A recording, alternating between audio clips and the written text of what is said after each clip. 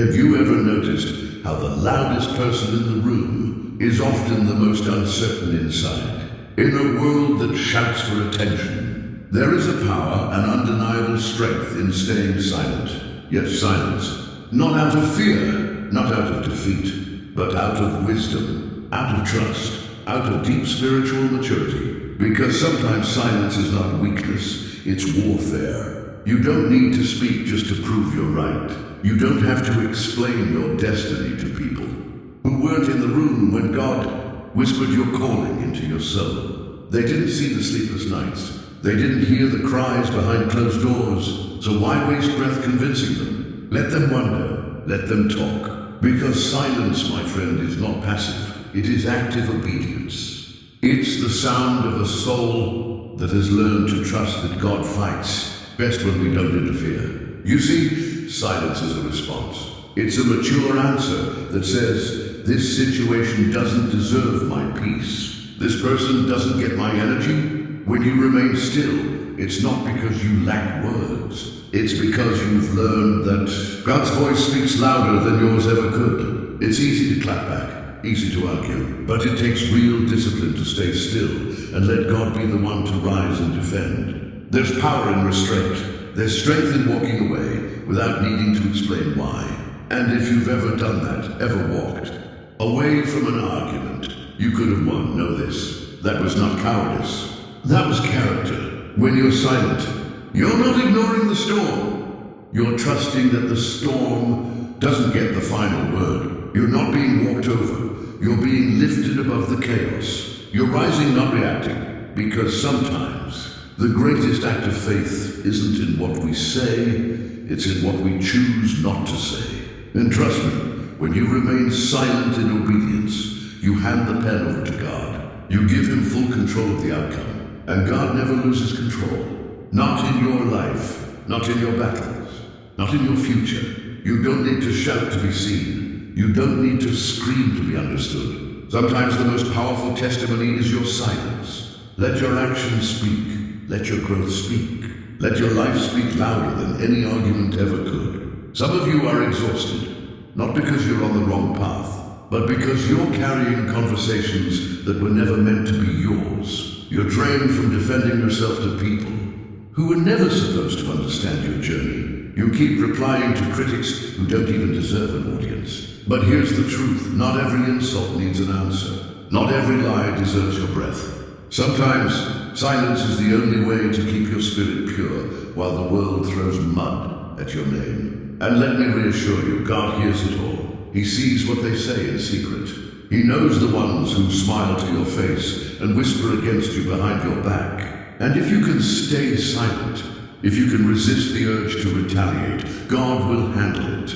Yes, he will. He will set a table for you, not just anywhere, but in the presence of your enemies. And you won't need to say a word. Your silence will be your vindication. Your stillness will be your strength. And your peace, it will be the loudest sermon you'll ever preach. There comes a moment when you realize you don't owe anyone an explanation for the favor of God on your life. They weren't there for your battles. They didn't see your tears. So let them gossip while you grow. Let them mock while you move forward. Let them doubt while God delivers. If you can master the art of quiet obedience, you will step into rooms they said you'd never enter.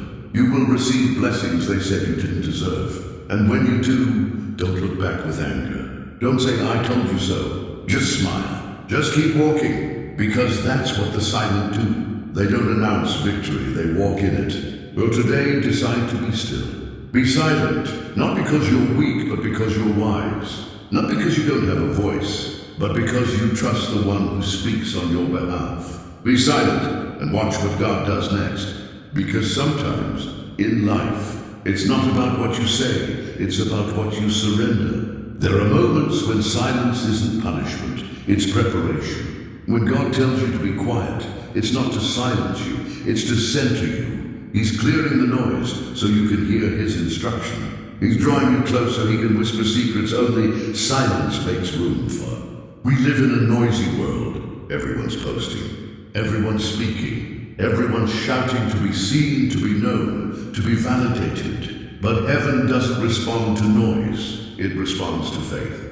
And real faith, it doesn't always roar. Sometimes it kneels in silence and says, God, I trust you, especially when I don't understand. There are breakthroughs waiting behind a quiet heart, not a quiet life, but a heart that is still, that listens, that doesn't need to rush God, because it knows His timing is perfect. His plan is sure, and His voice is worth the wait. So let me ask you, when was the last time you sat in silence? Not scrolling, not talking, just sitting, listening, surrendering. There is healing in the hush. There is wisdom in the stillness. And yes, there is victory in your silence. So be still, be silent, and let God show you what He can do when you simply trust Him. Last time we talked about the sacred power of silence, how it protects your peace, preserves your strength, and lets God move on your behalf. But there's even more to this quiet posture than you might realize.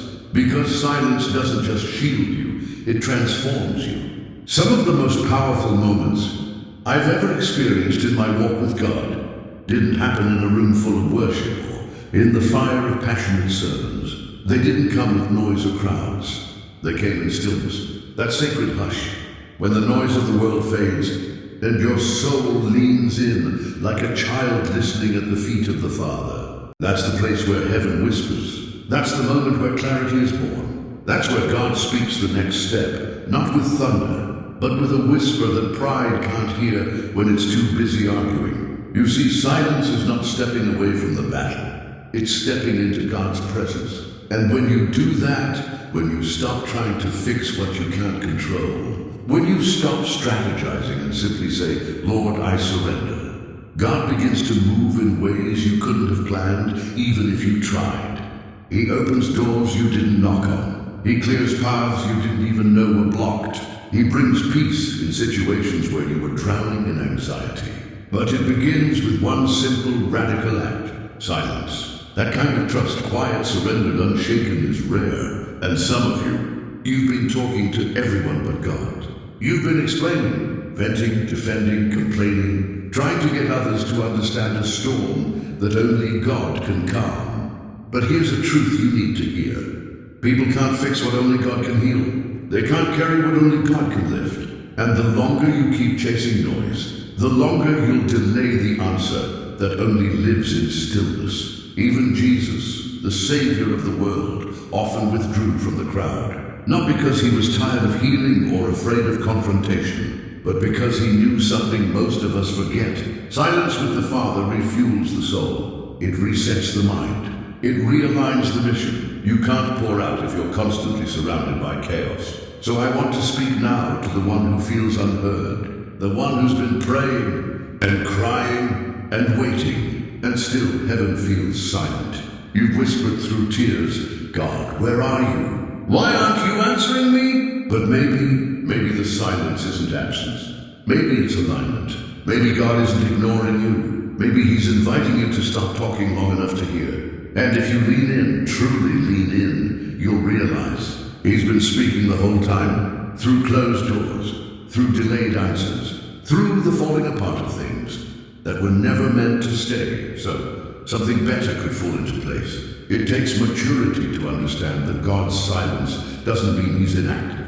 The most powerful miracles often begin in the quiet. The seed buried deep in the soil makes no sound, but it grows. The baby in the womb doesn't speak, but it's being formed. The caterpillar in the cocoon is silent, but transformation is happening. So why do we assume that movement requires noise? God isn't moved by our volume. He's moved by our surrender. You don't need to remind Him of His promises. He hasn't forgotten. But He may be waiting for your stillness. Before He releases them. Before He shows you the next door. Before He hands you the next assignment. Because when you're finally still, when you stop flailing and striving, your eyes open, your ears sharpen, your faith deepens.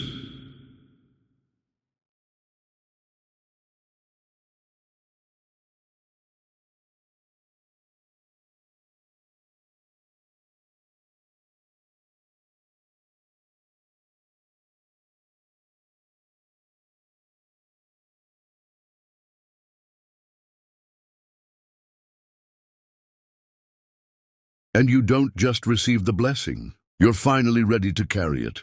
So stop trying to outtalk your fears. Stop trying to outshout your enemies. You don't have to post it. You don't have to prove it. You don't have to explain it. Just be still. God isn't deaf. He isn't late. He's just waiting for the room to be quiet enough for you to hear him say, "This is the way.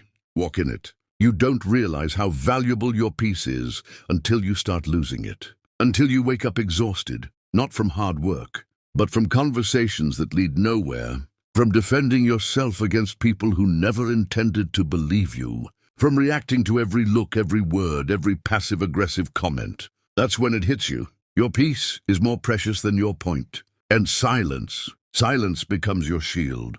There are things in this life that simply are not worth your voice. Not because you're cold, not because you're weak, but because you've finally learned the difference between reaction and response. And maturity doesn't react. It responds. And most of the time, it responds with silence. Because every time you respond to something that doesn't serve your purpose, you pay. You pay with your energy. You pay with your time. You pay with your focus. And some of us are spiritually bankrupt, not because we stop believing, but because we've been paying attention to things that never deserved our attention in the first place. We've let the world drag us into battles we weren't even called to fight. We've made our peace a public platform. We've made our hearts a battleground for other people's insecurities. But hear me now.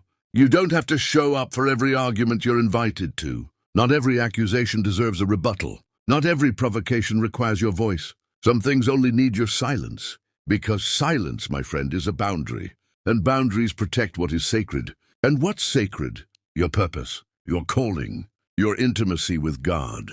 When you respond to every whisper of gossip, every post meant to provoke, you're handing over your peace to people who didn't earn it and can't protect it.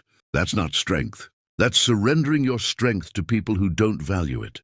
There comes a point in your walk with God where you don't stay silent because of who they are. You stay silent because of who He is. You finally realize the battle isn't yours. The burden isn't yours. The outcome is not yours to carry. You were never called to fix it all. You were called to stand still, to hold your peace, and to let the Lord fight for you. As the Word says, in quietness and trust shall be your strength. That's not just beautiful.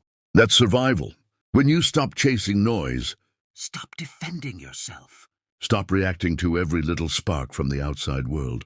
You'll find something deep inside. Strength, clarity, peace. Not because your situation changed, but because you surrendered, because you became still. And yes, it's hard. It's hard to stay silent when people misunderstand you. It's hard to hold your tongue when your name is being slandered. It's hard to walk away when you know you could prove your point. But listen carefully. God didn't call you to win arguments. He called you to walk in victory. Earlier, we saw how silence is not weakness, it's trust. And now we're stepping even deeper into what it means to let your stillness speak louder than your arguments. Because God isn't calling you to win every debate. He's calling you to win the war within. He's not asking you to be right in their eyes. He's asking you to be righteous in His. That means you don't have to explain why you distanced yourself from certain people. You don't need to justify why you no longer respond to every message, every call, every noise that drains your spirit. You don't owe anyone an explanation for choosing peace. Sometimes the most powerful response is no response at all. Just a smile and a quiet step forward. Because your silence is your growth. Your silence is your healing. Your silence is your strength. Let them talk. Let them assume. Let them misunderstand you. They talked about Jesus too. They accused Him, mocked Him, crucified Him. But still, He fulfilled His purpose. Still, He rose. Still, He changed the world. And He didn't do it with arguments. He did it with obedience. He did it through presence, not noise. And if He, knowing exactly who He was, could stay silent before His accusers, so can you. You don't need to defend yourself when heaven is already defending you. You don't need to react when your reaction could cost you the peace that God has given. Just because they're loud doesn't mean they're right.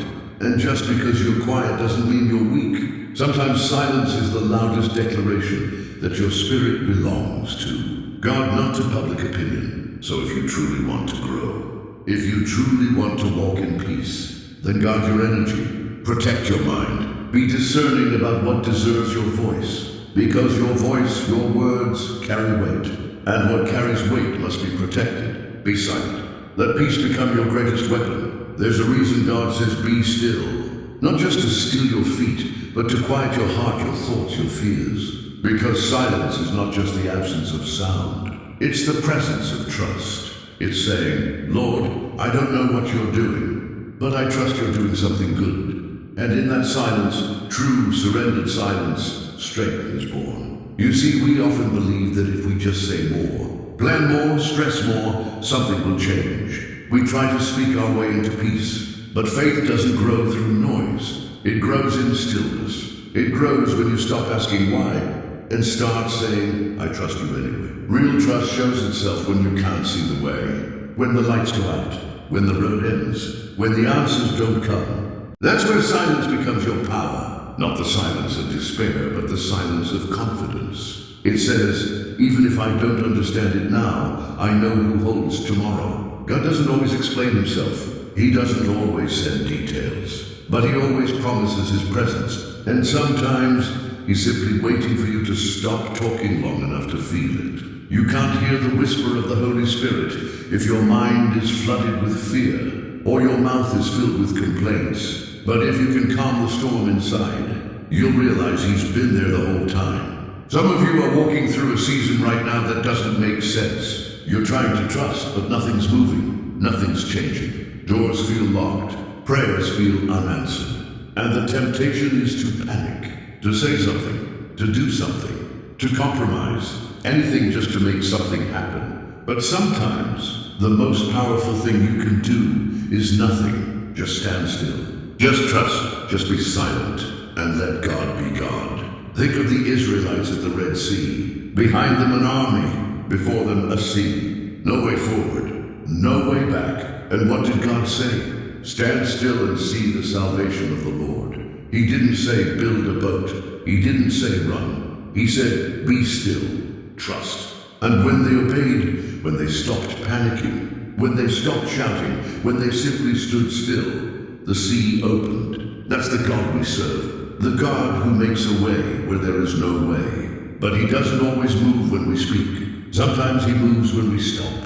When we stop panicking, when we stop trying to control, when we finally say, God, I surrender this completely to you. Because you can't hold the pen and ask God to write your story at the same time. At some point, you have to let go. You have to say, even if I don't see it, I'll trust you. Even if I don't hear you, I'll believe you're near. Even if nothing looks like it's changing, I know you're working behind the scenes. That kind of trust, quiet, deep, unwavering, that's the kind of trust that moves heaven. It's easy to say, I trust God when everything is going well, when the bills are paid, when the doors are opening, when prayers are answered quickly. But what about when the door stays shut? What about when the waiting stretches longer than you thought it would? What about when your cries are met with silence? That's where true trust is tested. That's where silence becomes strength, because real faith doesn't always shout. Sometimes it simply waits, quietly, humbly, without demanding a timeline, without demanding an explanation, just waiting, because it knows God is too faithful to fail, too good to forget, too wise to make a mistake. So don't let the silence scare you. Don't let the delay make you doubt. Vitissa, God hasn't forgotten you. He hasn't left you. He's building something in you. He's teaching you how to walk by faith, not by sight.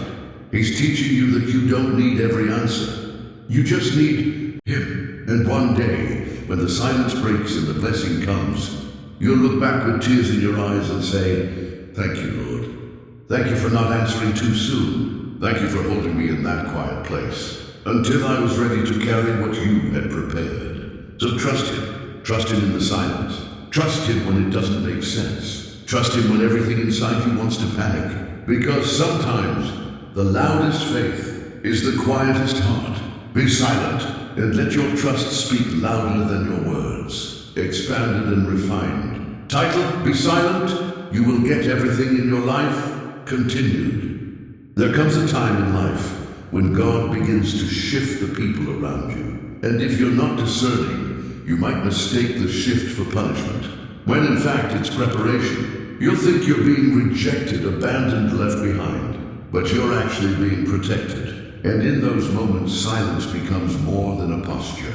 It becomes your survival, because not everyone who starts the journey with you is meant to finish it. Not every cheerleader in one season is meant to walk with you into the next. Some of the deepest growing pains in life come not from what's happening to you, but from who's no longer walking with you. And yet, hear this clearly. You don't have to announce it. You don't have to explain it. You don't have to defend it. Be silent. Let God do the separating. Some relationships are for a season. Some friendships are only a chapter, not the whole story.